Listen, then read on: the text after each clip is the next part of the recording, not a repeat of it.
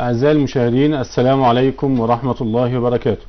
أهلا ومرحبا بكم في هذا اللقاء المتجدد مع الصحافة، وهذه إطلالة جديدة على أهم الأحداث السياسية والاقتصادية والاجتماعية.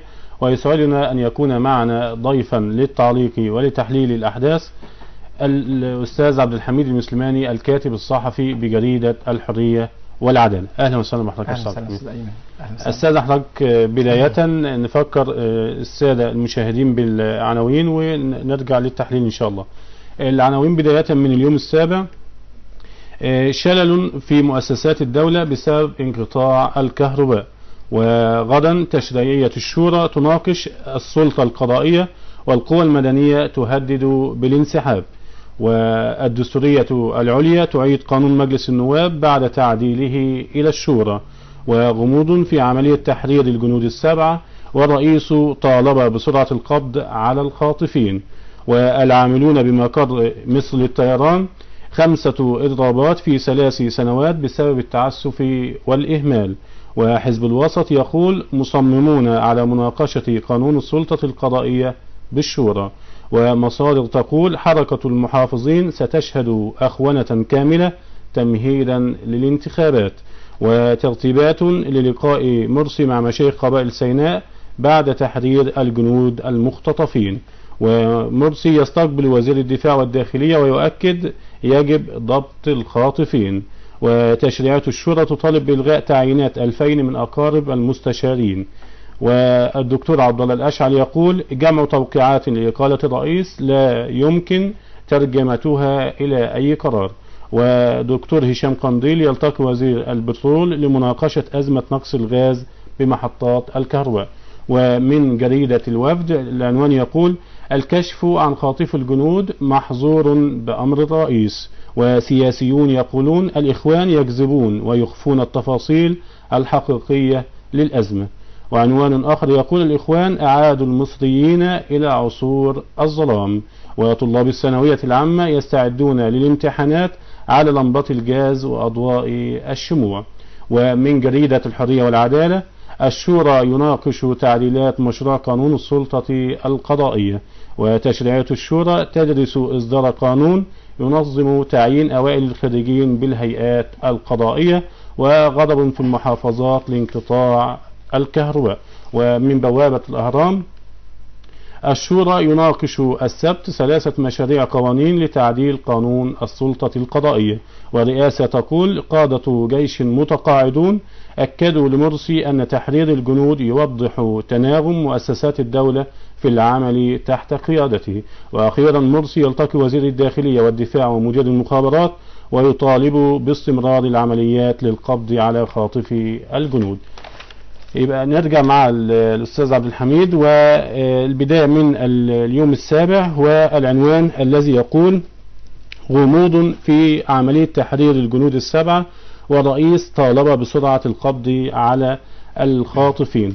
يعني ما المطلوب في مثل هذا الموقف، الغموض أم شدة الوضوح؟ أعتقد في البداية أن يعني أن مثل هذه القضية هي قضية رأي عام وقضية أمن وطني، فيجب فيها أن عدم الإفصاح عن المصادر للأسباب كثيرة. الأسباب الأولى أن دي يعني اختطاف يعني ركن من أركان الدولة وهو الجيش. عملية ليست سهلة في هذه الحقيقة ولا في هذه المرة، وهي فعلا عملية الاختطاف دي لم تحدث أو لم تتكرر في مرة واحدة، ولكنها تكررت في أقل من عام. رأينا منذ شهر رمضان الماضي عملية قتل لجنودنا على الحدود في رفح، والآن نرى في هذا الوقت عملية اختطاف. عملية اختطاف من قوة كبيرة جدا زي قوة الجيش. تمثل الجيش بالنسبة لمصر يمثل الركن الأساسي، هيبة الدولة، فلا يجب أصلا المساس بتلك القوة ولا التصدي لها. فعندما نقول أن الرئيس أمر بعدم النشر في هذه القضايا أو عدم الإباحة عن الخاطفين أو المعتدين على الجنود، فهذه هي ترجع إلى سياسة الدولة وهيبة الدولة وكرامة الدولة من الجهة الأولى. لكن هنا يعني لا نستطيع أن نحدد بصفة معينة الجهة الخاطفة.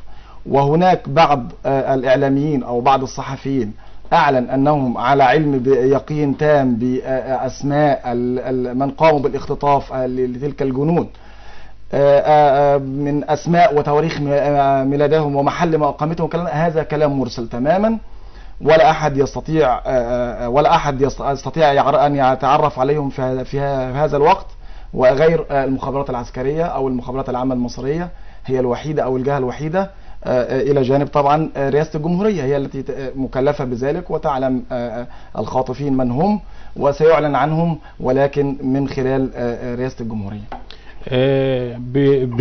في نفس الصدد من جريدة الوفد تقول عنوان رئيسي في جريدة الوفد يقول: الكشف عن خاطفي الجنود محظور بأمر الرئيس، وسياسيون يقولون الإخوان يكذبون ويخفون التفاصيل الحقيقية للأزمة.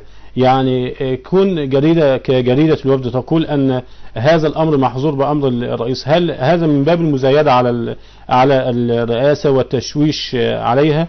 والعنوان الآخر الذي يقول الإخوان يكذبون ويخفون التفاصيل الحقيقية للأزمة، هل الإخوان يعلمون التفاصيل كي يخفونها؟ أستاذ أيمن، ما الإخوان؟ أنا لا أتحدث عن الإخوان ولا أدافع عن الإخوان ولا أقف بصف الإخوان أو أي فصيل آخر.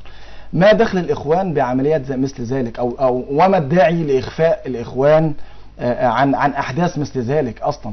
فالحقيقة إن هذه قضية أمن وطني وأمن دولة وأمن وطني أو أمن وطني في الدرجة الأولى. فكيف يكون الإخوان لهم يد أصلا في تورط مثل هذه العمليات، أو يعلمون عنها أي شيء، أو يقومون بإخفائها عن الشعب؟ دعني أصارح حضرتك، ربما تكون أول مرة. العمليات لا تنقطع حتى ولو في العصر البائد من أيام الرئيس السابق حسني مبارك. كانت هناك الشعب السيناوي مهمش تماما، وكانت هناك عمليات اختطاف كثيرة، ولكن كان الحكم السابق كان يخفي ذلك الأحداث تماما، ولا ينشر فيها ولا يتحدث عنها تماما، وكانت موجودة على الساحة.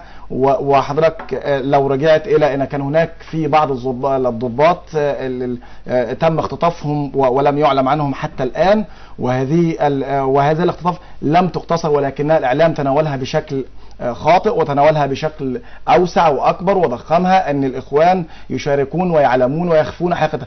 ما الدافع، ما المستفاد الذي يعود على الإخوان في إنكار ذلك؟ يعني فلماذا الإخفاء؟ فالإخوان ليسوا لهم طرف في هذه المشكلة، ولكنها ربما تكون مشكلة فئوية. ونعلم والكثير يعلم أن هناك الأقاويل من قال أن الخاطفون قاموا بتدبير ذلك للإفراج عن ذويهم المعتقلين في أحداث طابة وأحداث ما شابه ذلك، وعمليات إرهابية تم القبض عليهم في تمشيط في العملية نسر وخلاف وما ذلك، وهم يقومون بمثل تلك للضغط على النظام والضغط على الحكومة والضغط على الحزب الحاكم حتى يستردوا، يكون هناك مقايضات في تبديل سول لهم تفكيرهم وعقلهم. يعني هناك من يربط بين زيارة دكتور محمد البلتاجي لسجن العقرب، تمام، ويربط بينها وبين حركة حماس، ويقول أن الدكتور البلتاجي زار سجن العقرب كمساومة لهذه الصفقة لتحرير الجنود، وحماس متورطة في هذه الأحداث. تمام. أنا لا أعلم تفاصيل زيارة الدكتور البلتاجي، ولا أعلم بتفاصيل موضوع الزيارة ولا شبيه من ذلك، ولكن أعلم أن هي قضية سياسية تهم الرأي العام، تهم الشعب المصري بأكمله، تهم المنطقة العربية ومنطقة الشرق الأوسط بأكملها. ومثل هذه القضايا يتدخل فيها كل أفراد الشعب المصري وكل قواه وأركانه السياسية من الجيش والشرطة والرئاسة وكل الأحزاب السياسية. وهذا ما أشار إليه الرئيس، واجتمع بالقوى السياسية لعرض تلك المشكلة وتحديد، حتى أنه لم يقتصر على الاسترشاد بدور الأزهر وفي هذه القضية، ولعله نجح في ذلك، والحمد لله ربنا وفق ان الجنود بتاعتنا رجعوا سالمين دون إراقة الدماء، وأن هناك دون أي مناورات عسكرية وما شابه ذلك يعني. عنوان آخر يقول في نفس الصدد: مرسي يستقبل وزير الدفاع والداخلية ويؤكد يجب ضبط الخاطفين. ومن بوابة الأهرام نفس العنوان تقريبا: مرسي يلتقي وزير الداخلية والدفاع ومدير المخابرات ويطالب باستمرار العمليات للقبض على خاطفي الجنود، لأن هناك من زيادة على الرئاسة وقال لابد من تعقب الخاطفين والقبض عليهم، فالرئاسة تقول أن العملية مستمرة ولابد من القبض على الخاطفين. هل سينجح وستنجح القوات المسلحة في القبض على الخاطفين؟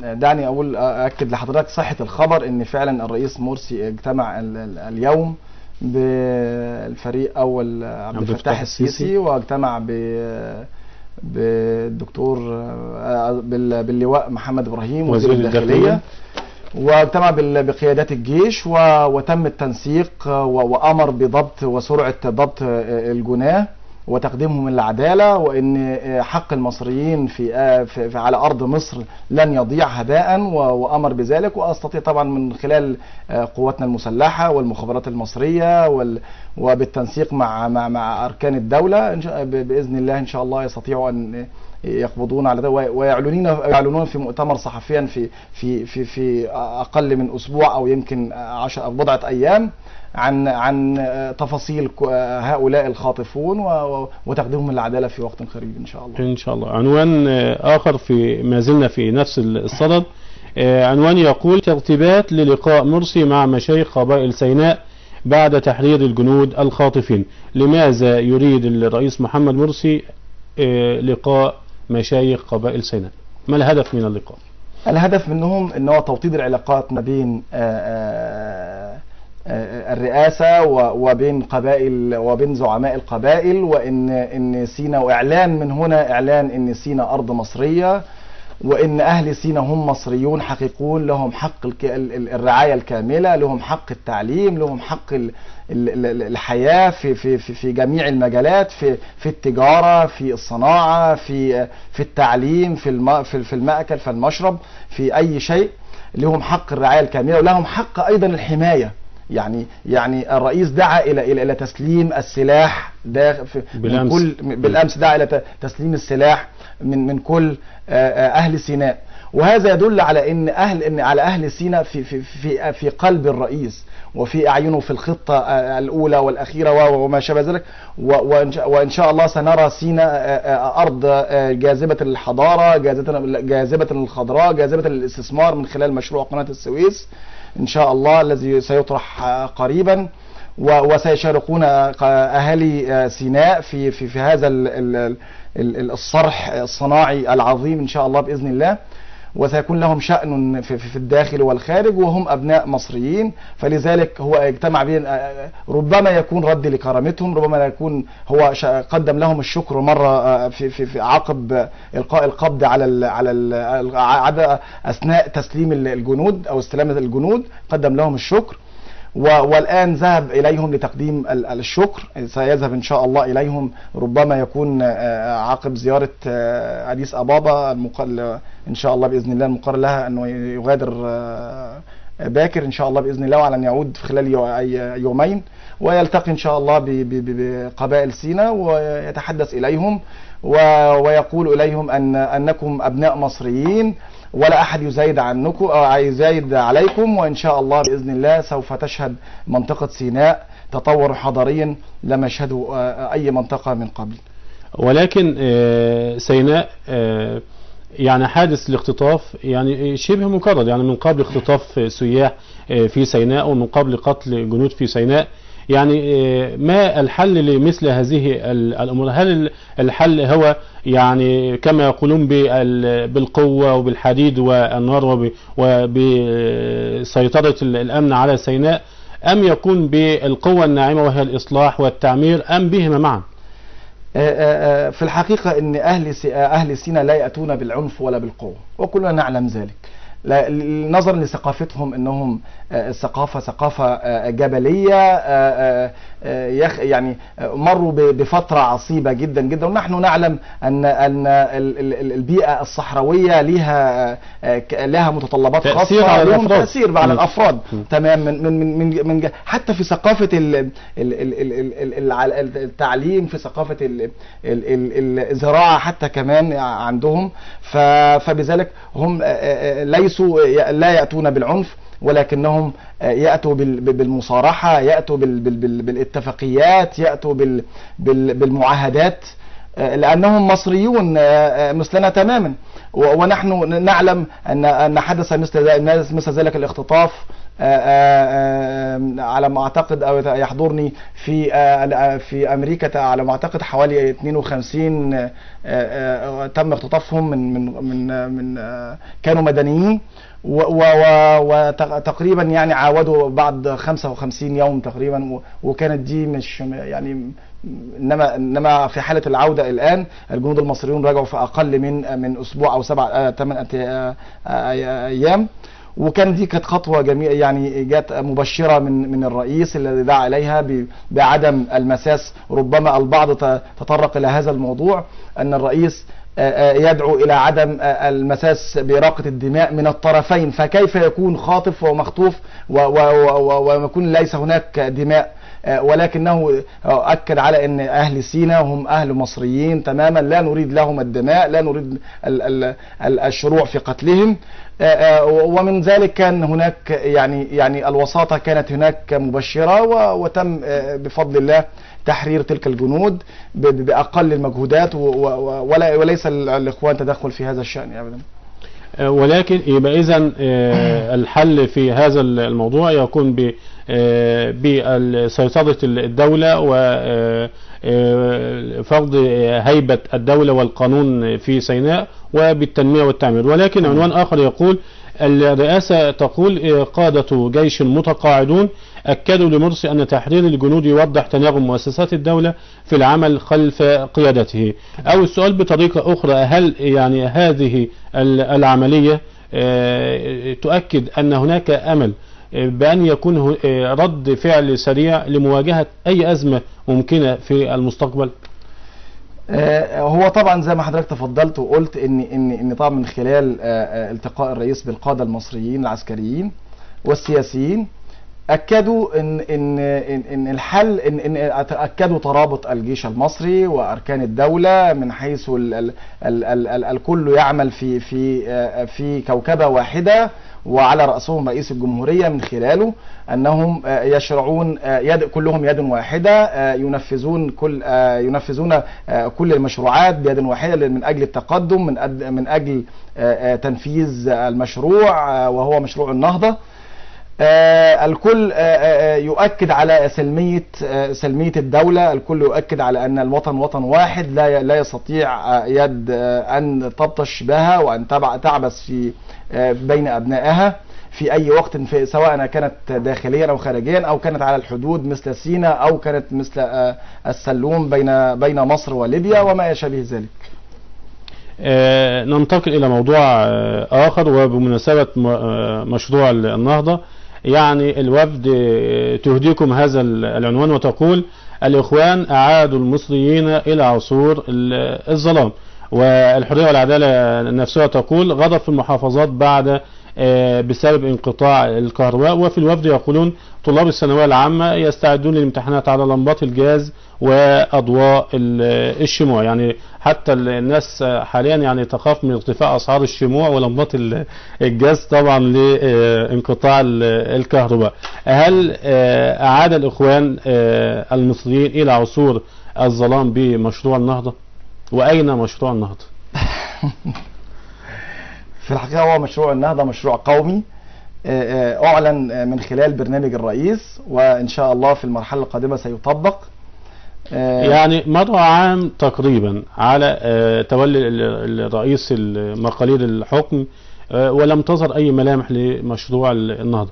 هناك ملامح كثيرة جدا لمشروع النهضة، ومنها العلاقات الداخلية والخارجية للرئيس، الزيارات الخارجية، ودي من أهم تنفيذ مشروع النهضة. هناك بعض الإصلاحات، اختيار القادة ده من ضمن مشروع. كيف أختار، كيف أنفذ مشروعا ولا أستطيع أن أمتلك العنصر البشري الذي ينفذ أو سيقوم على تنفيذ هذا المشروع؟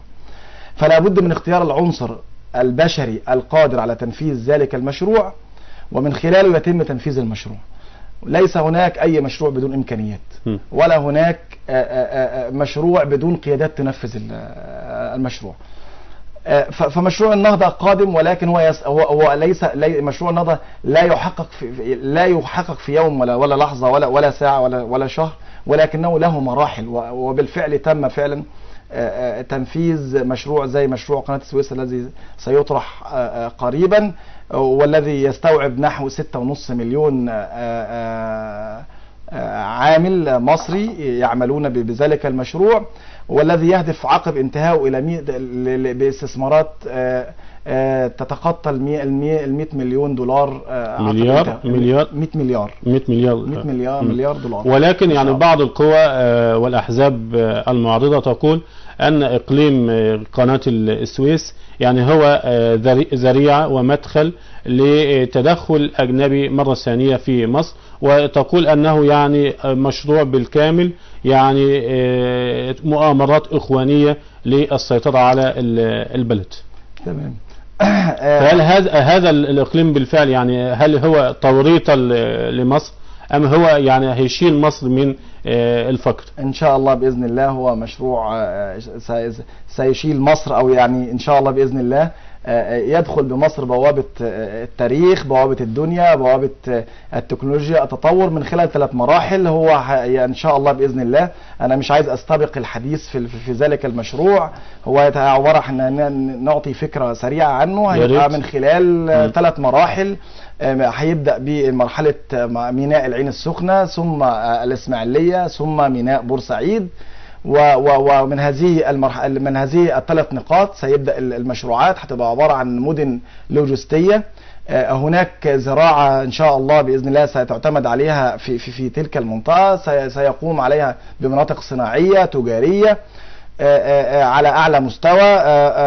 هيكون هناك نشاط مكثف في تلك المدن، وإن شاء الله بإذن الله زي ما تفضلت قلت لحضرتك إن هو إن شاء الله بإذن الله عقب انتهائه على ما أعتقد تقريبا سنة 2017 إن شاء الله بإذن الله هيكون يدر استثمارات إن شاء الله تصل إلى 100 مليون دولار.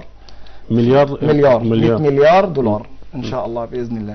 إن شاء الله. ولكن يعني نعود لعنوان الوفد الذي يقول الإخوان أعادوا المصريين إلى عصور الظلام بسبب انقطاع الكهرباء طبعا، وتقول طلاب الثانوية العامة يستعدون للامتحانات على لمبات الجاز وأضواء الشموع. يعني مشكلة الكهرباء وتزايد انقطاع التيار الكهربي، واحنا في فترة الصيف الناس محتاجة تشغيل مكيفات على الأقل، وداخلين على صيام، هيبقى صيام ودرجة حرارة عالية، بعد كده عايزين حاجة ساقعة نشربها. طب الكلام ده كله هيتم ازاي وكل شوية انقطاع التيار الكهربي بيتم؟ هل الوزير عنده خطة ولا الوزير شغال عشوائي؟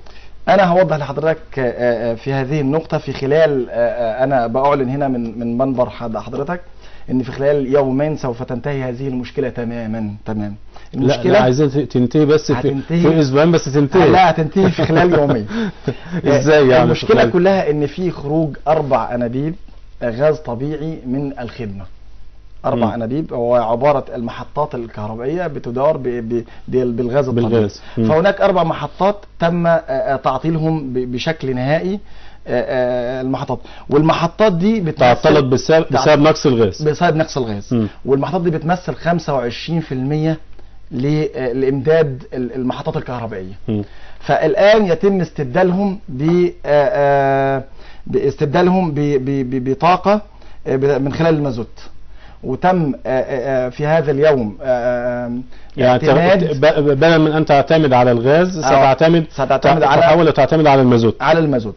وتم تكليف من قبل الدكتور هشام قنديل رئيس مجلس الوزراء الى وزير المالية بتخصيص 200 مليون جنيه لدعم وزارة البترول من اجل ضخ المازوت حتى تعود تلك المحطات الى العمل مرة اخرى، وسيتم انتهاء بشكل نهائي انقطاع الكهرباء، ولكنها المشكلة ستستغرق من يوم او يومين فعلى اكثر، وان شاء الله تنتهي. لا بس تخلص في اسبوعين، عايزها تخلص في اسبوعين. من اليوم السابع طبعا في نفس الصدر كان معنا عنوان يقول شلل في مؤسسات الدولة بسبب انقطاع الكهرباء.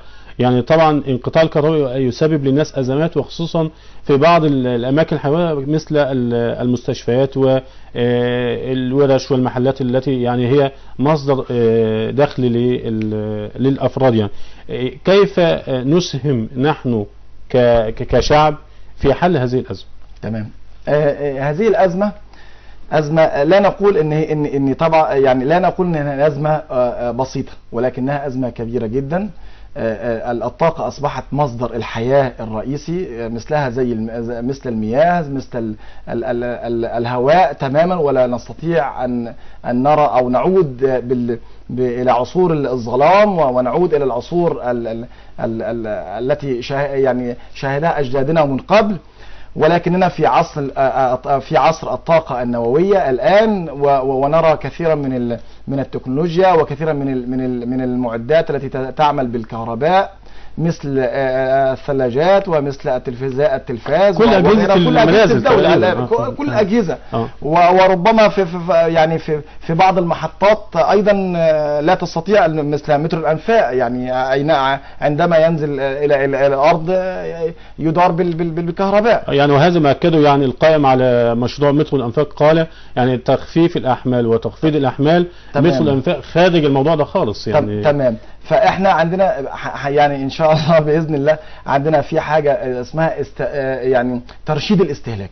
ترشيد الاستهلاك، وهذا يعود على ده نبدا به من الفرد. لو الفرد استطاع ان يقوم ويطفي او يستهلك او يضيء لمضه واحده من التي يستخدمها، فهذا سيوفر كثيرا جدا جدا جدا. لمبة واحدة في البيت كله يعني؟ لا، وليس لمبة واحدة في البيت، في المكان الذي يقوم بالدخول إليه. عندما ينتقل من غرفة إلى غرفة، يقوم بإطفاء هذه الغرفة ويقوم بإضاءة الغرفة الأخرى، وكذلك حتى يوفر في الفاتورة يعني.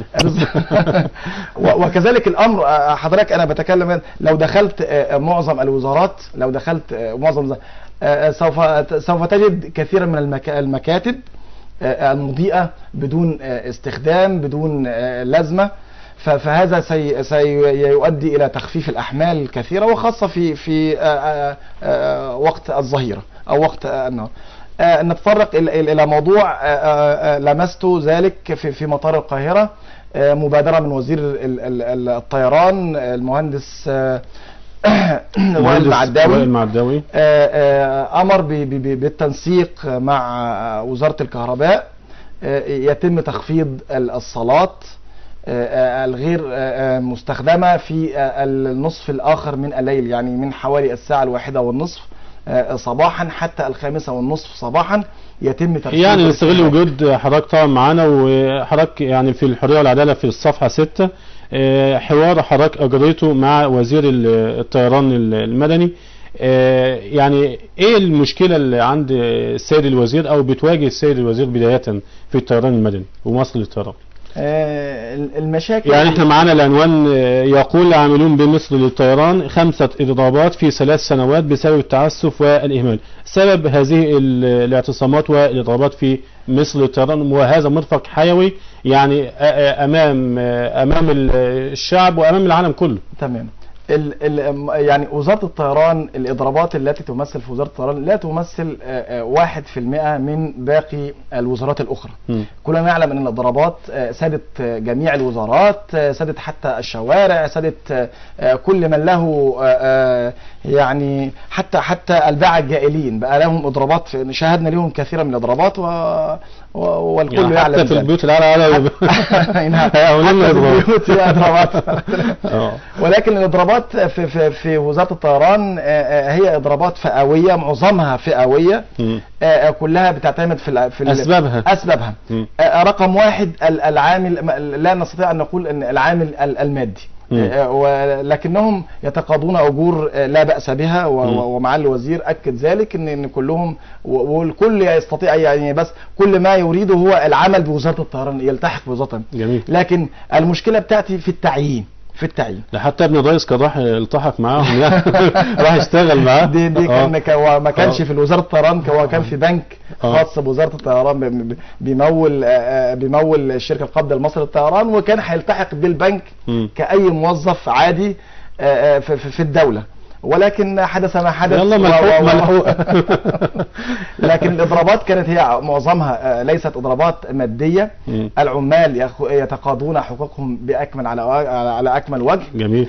ولكن هناك اضرابات بسبب التشغيل، يعني هناك في احمال في تشغيل مطار القاهره من المرافق الحيه اللي بيستقبل في اليوم، يعني عدد ساعات العمل ولا طبيعه العمل؟ طبيعه العمل وعدد ساعات العمل. يعني لا يطيقونها بالفعل فعلا، ورغم ذلك يتحملون العمل فعلا ويواصلون العمل فيها، ولكن يتم استقصاء بعض الناس.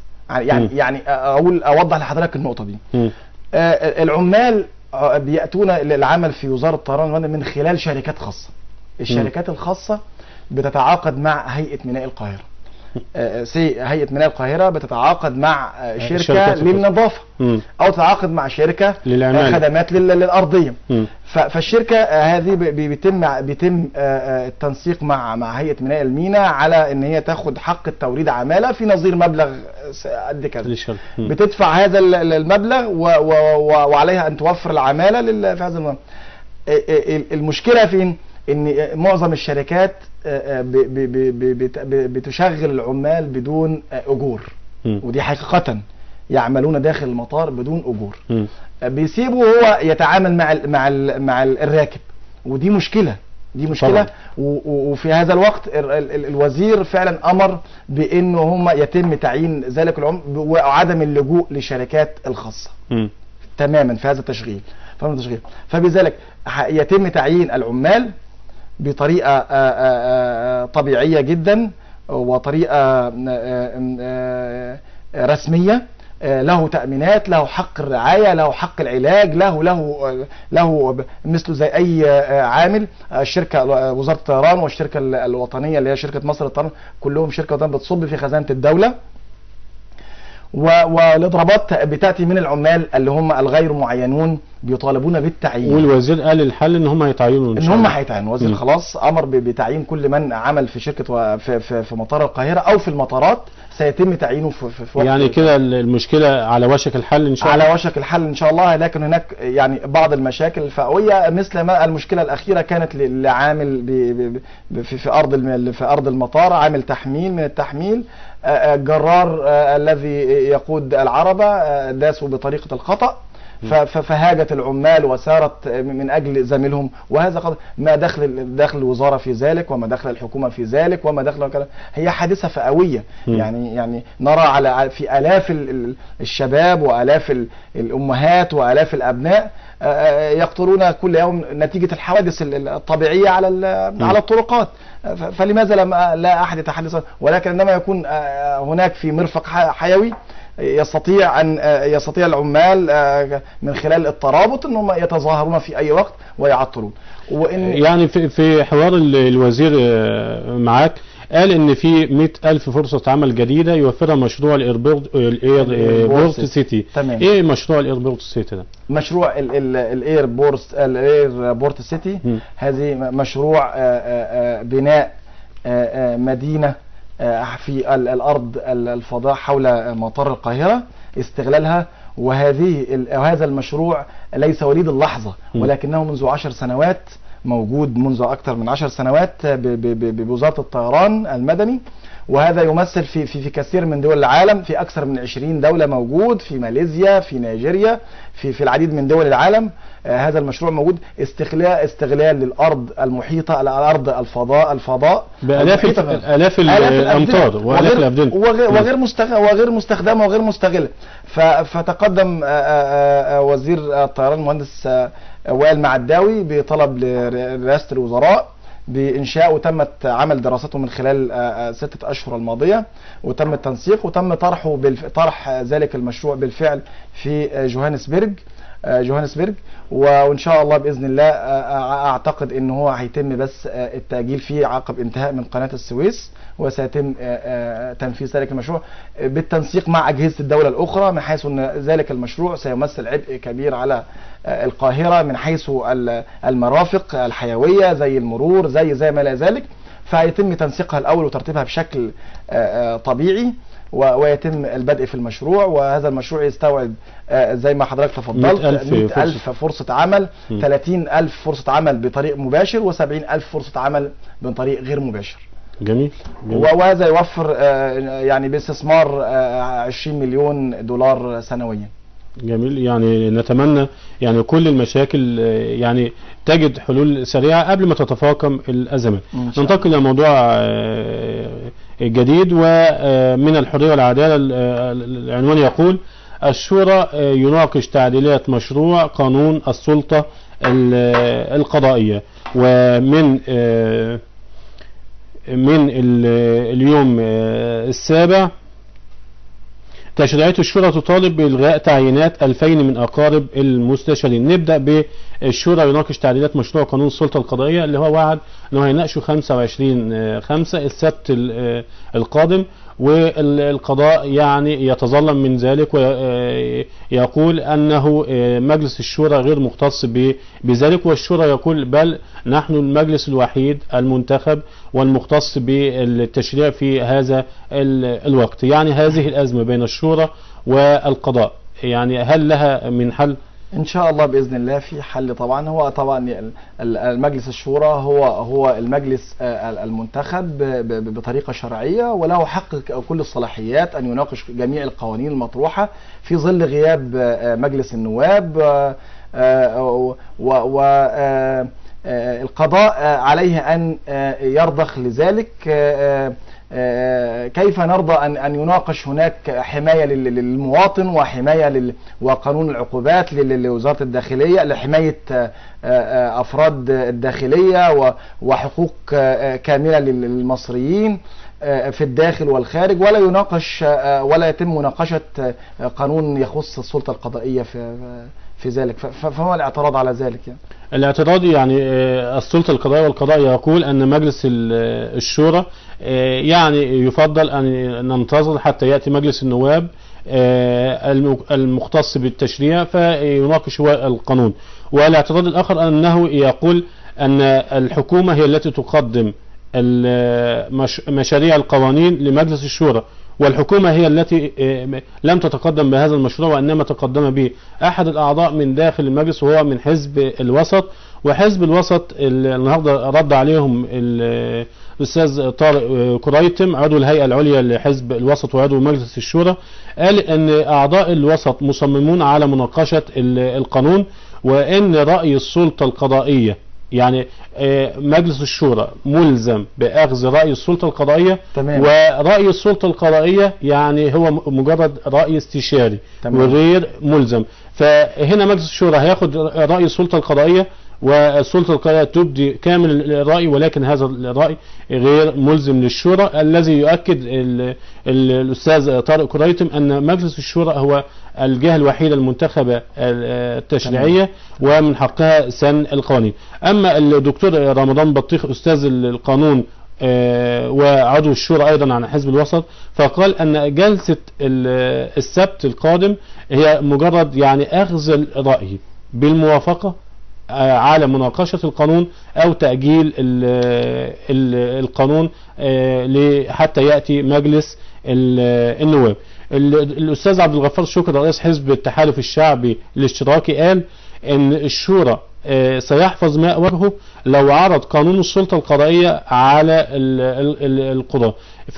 فيعني هل ترى يعني أن تأجيل هذا القانون حاليا لو تم تأجيله يوم السبت القادم يعني ربما يهدئ الأمر قليلا؟ أعتقد ذلك أنه هو سيهدئ الأمر وسيتم الموافقة على تأجيله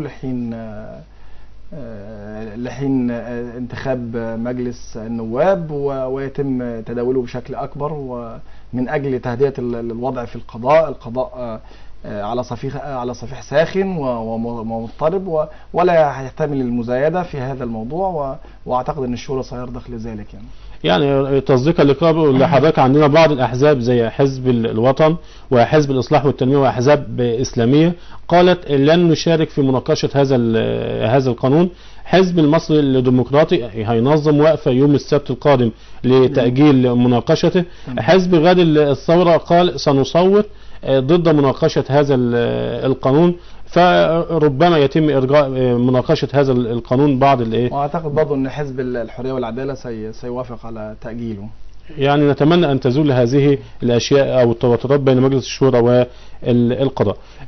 في مجلس الشورى أيضا عنوان يقول تشريعية الشورى تطالب بإلغاء تعيينات 2000 من أقارب المستشارين، وهي أزمة أوائل الخريجين في كليات الحقوق اللي طبعا قالوا احنا لم يتم تعييننا في النيابة وتم تعيين ناس بمقبول، ومنهم ناس يعني سقطت في كلية الحقوق خدت الليسانس بعد 8 سنوات.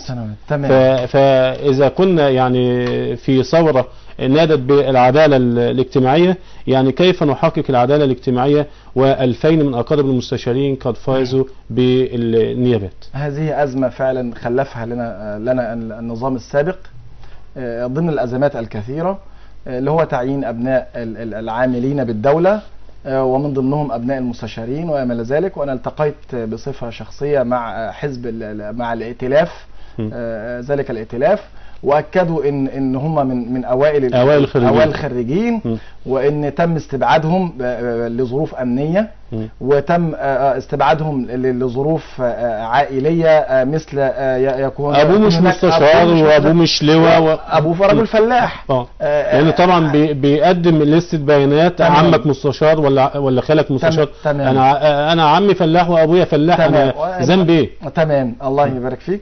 تمام، هذا الموضوع مش سب ولا عيب ان ابويا فلاح او عمي فلاح. ايه العيبه فيها؟ ورأينا منذ يومين المستشار احمد الزند باستضافة رئيس الاتحاد العام للقضاء الدولي. ربما البعض قال استقواءه على القضاء المصري والضغط على النظام والضغط على السياسة، لأن يقوم بالاتهام أن السلطتين التشريعية والتنفيذية بتمارس عملها والضغط على القضاء، وهذا مخالف تماما. وللمؤتمر بتاع المستشار أحمد الزند كما تعلمون أنه ليس لاقى ترحيبا، لا يلاقى ترحيبا داخل المجتمع المصري، ومر الكرام ولا أحد يعلم به من الإعلام ولا معظم الشعب لم يتعرضون إليه. ومن هنا بيطالب حزب الائتلاف شؤون القانون والحقوقيين والخريجين من أعضاء من القانون، بيطالبون فيه بعودتهم إلى بتعيينهم مثل أبناء المستشارين والتحقيق في ذلك يعني هذا ما تؤكده جريدة الحرية والعدالة. العنوان الذي يقول تشريعية الشورى تدرس إصدار قانون ينظم تعيين أوائل الخريجين بالهيئات القضائية. يبقى في قانون موجود بدل الخريج ما يقدم كمان ويسعى ولا يشوف واسطة ولا يشوف فلوس ولا الكلام اللي المفروض ينتهي إلى الأبد. يبقى قانون ده أوائل خريج من كلية الحقوق يبقى مكانه على طول معروف منصة القضاء، لأن هو أولى بهذه المنصة باللي جايب مقبول. يعني حضرتك طبعا قال أنهم في بعض أبناء المستشارين ومن الأقارب يحصل على 50% في الحقوق وتم تعيينه، واخذ فرصه لم ياخذها مثل هذا الذي درس وتعلم واجتهد وحصلوا على ذلك المنصب، ولم يتم اتاحه له الفرصه من اجل ان يستطيع ان يحقق كل رغباته ويستطيع ان يحقق اماله. وذلك من ضمن مطالب الثورة. وطبعا معروف ان منصب القضاء يعني من يجلس على منصة الحكم، يعني كالقاضي قديما او المفتي قديما يفتي بين الناس، لابد ان يفتي ويحكم بعلم. تمام. فايهم افضل علم، اول الخريجين اول الدفعات ام من حصل على المقبول يعني. تمام. فيعني اذا كنا ننادي بالعدالة فمن اولى الناس لتحقيق العدالة اليسوا القضاء؟ نعم نعم. يعني لابد ان يطبقوا هذه العدالة على انفسهم اولا. فعلا. تمام تمام. ننتقل الى موضوع اخر. الدستورية العليا، المحكمة الدستورية العليا تعيد قانون مجلس النواب بعد تعديله إلى الشورى. انتهت من تعديل المحكمة الدستورية العليا، انتهت من تعديل 5 مواد. تمام. وستعيد إلى الشورى يوم الأحد القادم. يعني ماذا بعد ذلك؟ بعد عودة القانون للشورى، هل سيوافق الشورى على هذه التعديلات ويتم الإعلان عن انتخابات، أم سيعدل الشورى مرة ثانية؟ اعتقد انا في نظري ان سيعدل الشورى، يعني لو تم الموافقه على تأييد او اعاده حكم للشورى مره اخرى، سيقوم بدراسه كل ذلك التعديلات وسيختار افضلهما. لكن يعني لا اعتقد ان هو يكون هناك اختلاف بينهم في اعاده الدستور مره اخرى. يعني لو وافق حزب مجلس الشورى على هذه التعديلات، من المفترض ان تتم الموافقه على القانون، والسيد رئيس الجمهوريه يعلن من جديد موعد انتخابات مجلس النواب. من المتوقع ان تكون، متى ستكون هذه الانتخابات؟ من المتوقع ان تكون في نهايه العام تكون على شهر اكتوبر. اعتقد انه يتم الاعلان عن الانتخابات مبكره وعقب انتهاء ذلك المرحله يعني. اذا تمت الانتخابات، جبهة الانقاذ ما زالت تقول مطالبنا تشكيل حكومة محايدة، إقالة الوزراء التابعين للإخوان والمحافظين التابعين للإخوان حتى نشارك في الانتخابات. ترى يعني جبهة الانقاذ بذلك تقوم بوضع العربة أمام الحصان كما يقولون، أم بالمثل البلد عندنا بتحط العقدة في المنشار؟ هي فعلا جبهة المعارضة بتحط العقدة في المنشار يعني كما يقولون، ولكن الرئاسة بتمشي بخطوات ثابتة. الأحزاب السياسية الفاهمة الواعدة بتنحاز لقرار دائما الرئاسة. أعتقد أن الرئيس دعا في أكثر من مرة للجلوس على مائدة المفاوضات وتحديد مصير الحكومة، إلا أنهم في كل مرة يتهربون ويتوعدون أنهم لا يجلسون ويذكرون أن الرئاسة لم تخبرهم بموعد أو تحديد الجلوس معهم، وأنهم يرفضون وأنهم يستحوذون على السلطة منفردين دون غيرهم. هذا كلام مشوش، وهذا كلام ليس له من الصحة. بل دعا أكثر من مرة الرئيس للجلوس معهم والتشاور كقوى وحدة وطنية، ولكنهم يأبون في كل مرة، ولكنهم لهم أطماع ولهم أهداف يريدون أن ينقضوا عليها، وهي الكرسي وما شابه ذلك. ولكن نرى كثيرا من الإضرابات وينظمها تلك الأحزاب وتلك العناصر المعارضة، وفي الآخر النتيجة أنهم يرجعون إلى النقطة صفر. وآخرهم كان يوم الجمعة الماضية حركة تمرد التي دعت إلى سحب الثقة من يعني سنأتي لحركة تمرد، ولكن يبقى السؤال: ماذا لو لم تشارك جبهة الإنقاذ في الانتخابات؟ ماذا سيحدث أو ماذا ننتظر؟ عليهم أن يبادروا بالمشاركة، وإلا سيفاجؤون بأن الإخوان المسلمين أو الأحزاب الدينية أو يستحوذون على تلك المقاعد، زي ما تحدثنا في الحلقة الماضية عن أن حزب الحرية والعدالة يستعد لخوض الانتخابات والمنافسة على 100% من المقاعد. وهناك أيضا الأحزاب السياسية الأخرى أو الدينية الأخرى تنافس على 100% من كحزب النور مثلا. كحزب النور مثلا ينافس على 100%. وعندما يعني حضرتك لو لم تشارك حضرتك في أي وقت سوف تقوم بالمشاركة. يعني سوف تتفرج على يعني على الكراسي يعني بتروح من ايديك، وفي الاخر تقول انك لم تحصل على شيء، وان الحزب الحاكم هو الذي يستقوى على كل المقاعد وما الى ذلك. شارك، عليك ان تبدا بالمشاركه، عليك ان تعد لانتخابات برلمانيه قادمه، عليك ان تجتهد وتحصل على ما تستحق، ولكن أنت تلعب في وقت ضائع، أنت تهدر من الوقت وتهدر من المال وتهدر من الحياة السياسية. ولماذا يعني لا يستجيب حزب الحرية والعدالة والرئاسة لمطالب جبهة الإنقاذ ويقيل الحكومة والوزراء المنتمين للإخوان المسلمين والمحافظين المنتمين للإخوان المسلمين ويحقق رغبة جبهة الإنقاذ؟ حزب الحرية والعدالة لا يمتلك أن يشكل حكومة.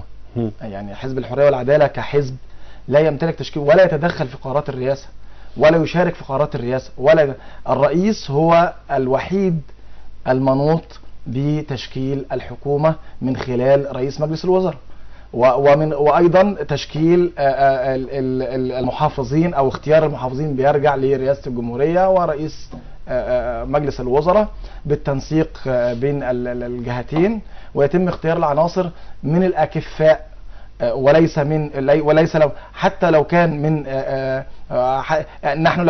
نحن قلنا ذكرنا قبل ذلك ان الحزب الحاكم او حزب الاغلبيه سيشكل الحكومه، والكل اعترف بذلك، وهذا حزب الحريه والعداله هو يعتبر في الحزب الحاكم ولم يشكل الحكومه.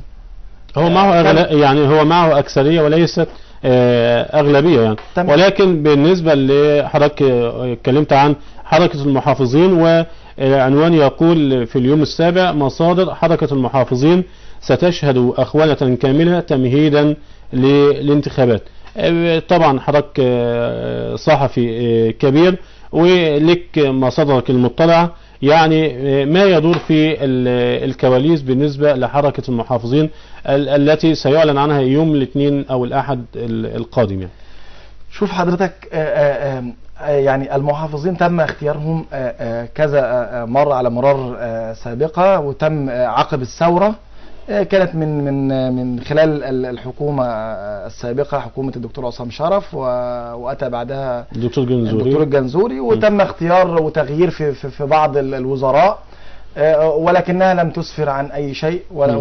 الهدف من تغيير الحكومة هو رفع من شأن الدخل القومي للمحافظة والنهوض بمكتسبات وصناعة تلك البلد والارتقاء من خلال تلك المحافظات.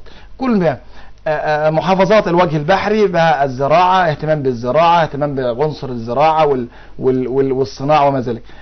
المدن زي وجه البحر قبلي والصعيد يهتمون بحرفة تنشيط السياحة والآثار وأيضا الزراعة وما شابه ذلك.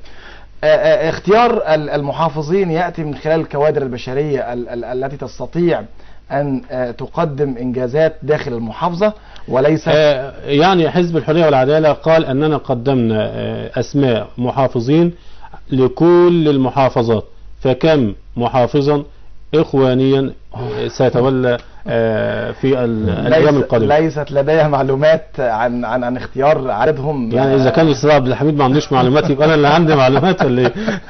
لا حقيقة يعني عددهم قد إيه اللي ممكن هم، ولكن هم يعني فعلا من الاختيار الكوادر البشرية الناضجة الذين يتحملون الصعاب في هذه المرحلة. نحن في مرحلة صعبة، ولكن يعني اختيار هذه المحافظات، ولا حزب الحرية والعدالة لديه بدائل لكل المحافظات زي ما حضرتك تفضلت وقلت، ولكن هو سيدعم بذلك، هو سيرشح العديد من المحافظات من المحافظين لتلك المحافظات، ولكن الاختيار سيكون لرئاسة الجمهورية أو لرئاسة الوزراء في اختيارهم، وكأنها مثل زي الحقائب الوزارية يقدم إليها حضرتك وأنا وما ذلك، ويتم الاختيار للأكفأ فينا في الإدارة وفي التعامل ومن خلال ذلك. ولكني أعتقد أن يعني الحرية والعدالة ليس يعني العدد مش هيستحوذ على كل الكراسي يعني. ماشي، لو 90% ماشي. عنوان أخير لضيق الوقت. العنوان يقول: دكتور عبد الله الأشعل الأمين العام للمجلس القومي لحقوق الإنسان يقول: جمع توقعات لإقالة الرئيس لا يمكن ترجمتها إلى أي قرار. اللي هي ما حضرتك اتكلمت عنه، اللي هي حركة تمرد. يعني هذه الحركة تبذل مجهود في الشارع في جمع التوقعات، ويعني هذه التوقعات حتى لو بلغت 40 مليون مصري لن يتم ترجمتها إلى قرار، لأن دستوريا ليست هناك مادة تؤيد ما تفعله حركة التمرد. لماذا تستمر في جمع التوقعات؟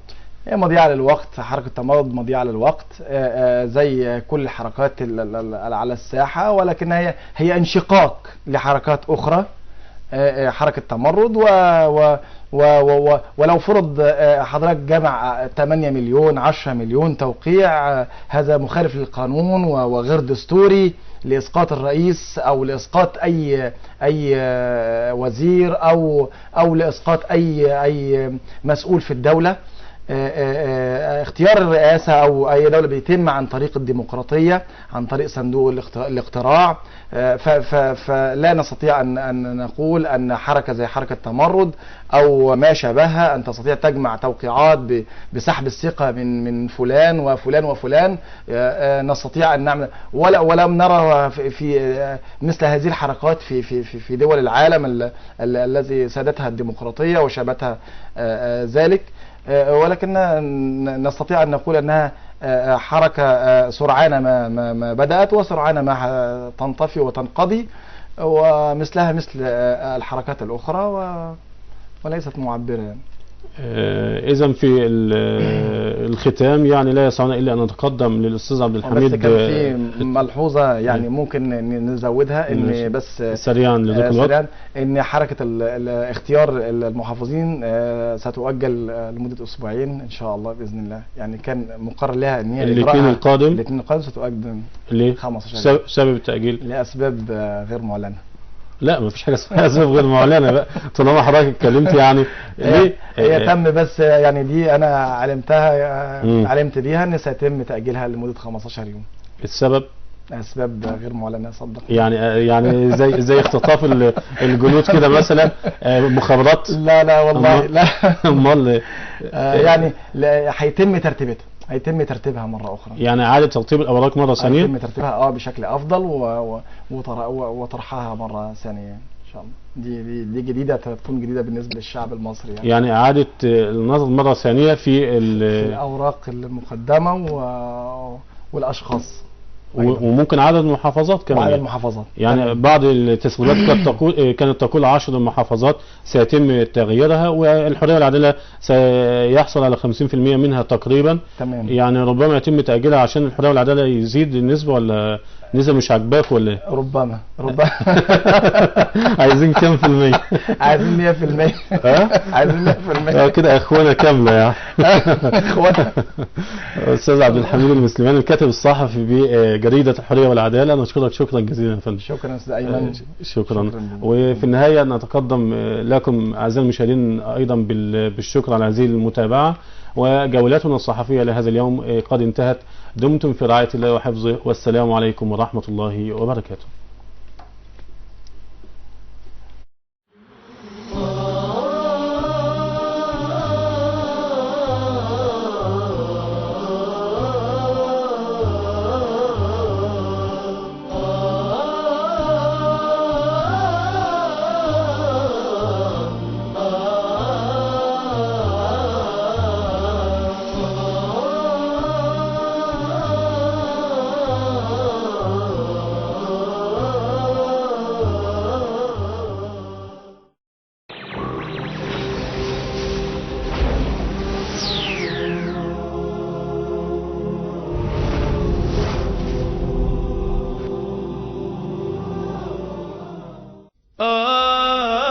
يا نبض الوطن يا بلادي، يا نبض الوطن يا بلادي، يا نبض الوطن يا بلادي، يا نبض الوطن.